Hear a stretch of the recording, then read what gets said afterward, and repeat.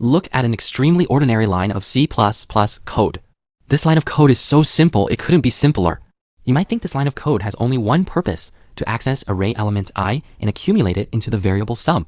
But I'm going to tell you that behind this line of code, there may be hundreds or even thousands of CPU cycles worth of hardware activity, and it might even cause the program to stutter at the millisecond level.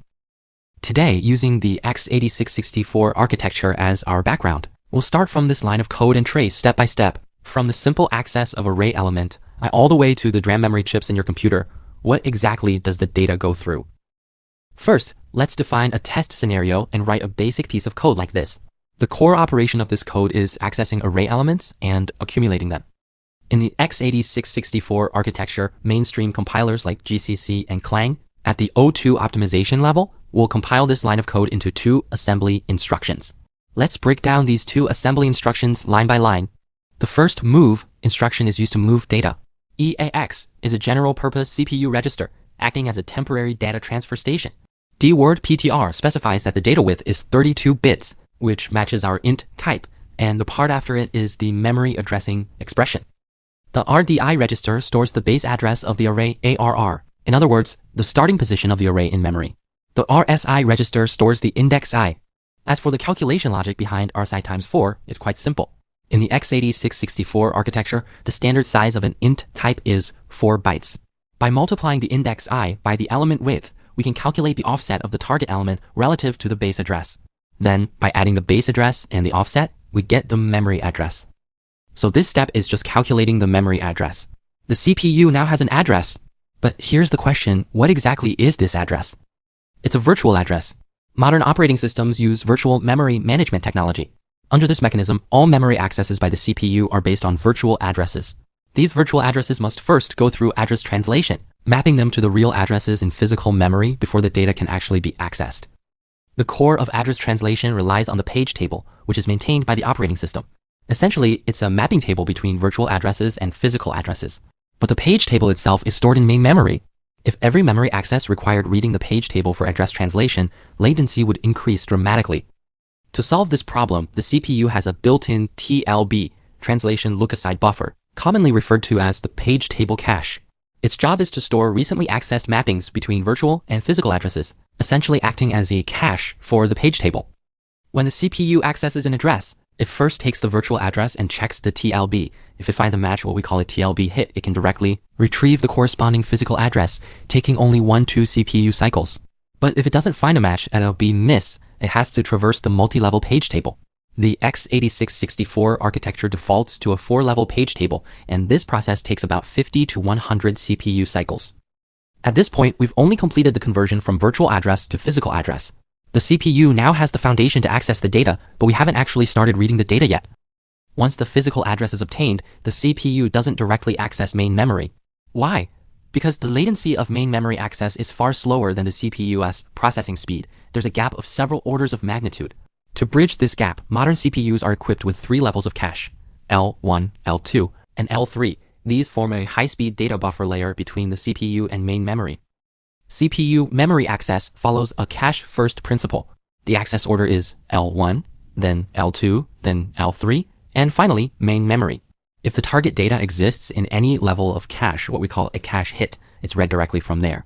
If none of the caches have the data, only then does the CPU send a request to main memory. Here's another detail you might not know. When the CPU reads data, it doesn't just read the exact few bytes it needs. Instead, it reads an entire cache line. In mainstream architectures, the cache line size is 64 bytes. That means when we access a 4-byte int element, like array element I, the CPU reads 64 bytes of data at once, including the element we want. This design is based on the principle of spatial locality in programs. In other words, in the most common use case sequential array traversal, after accessing array element I, it's highly likely that array element I plus 1, array element I plus 2, and other adjacent elements will be accessed next. By reading a full 64-byte cache line in one go, the CPU essentially prefetches the neighboring data and caches it. Subsequent accesses can then retrieve it directly from the cache, greatly reducing the probability of cache misses. That's why sequential array traversal performs so well. But if all 3 levels of cache miss, the CPU has no choice but to send a request to main memory. This is the highest latency step in the entire memory access process. The complete main memory access process consists of 4 main steps, each with its own fixed latency.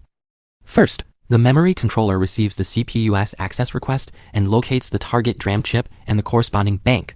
You can think of a bank as a storage partition within the DRAM. Second, it activates the target row, charging the capacitors in that row. This step takes the longest, accounting for about half of the total DRAM access latency. Third, it selects the target column, reads the data from that location, and transmits it to the CPU cache.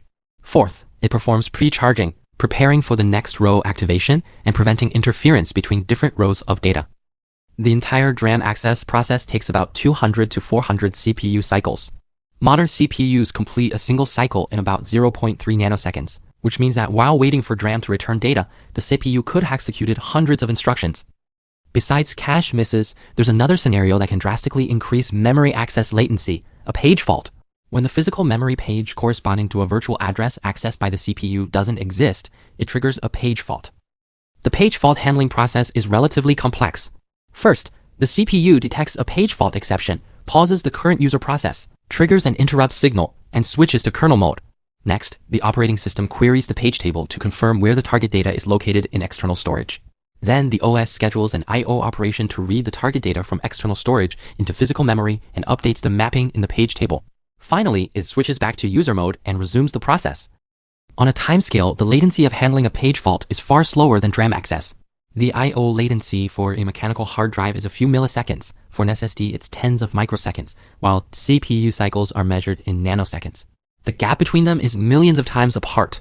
This is the root cause of program lag. Now, it's easy to explain a common question. Why is traversing an array faster than traversing a linked list? The core reason for this performance gap lies in their different memory layouts. Arrays have a contiguous memory layout, which perfectly aligns with the principle of spatial locality we just discussed. When the CPU loads a 64-byte cache line at once, it covers multiple elements. The hit rates for the TLB and caches are nearly 100%, resulting in very low data access latency. Linked lists, on the other hand, have a non-contiguous memory layout.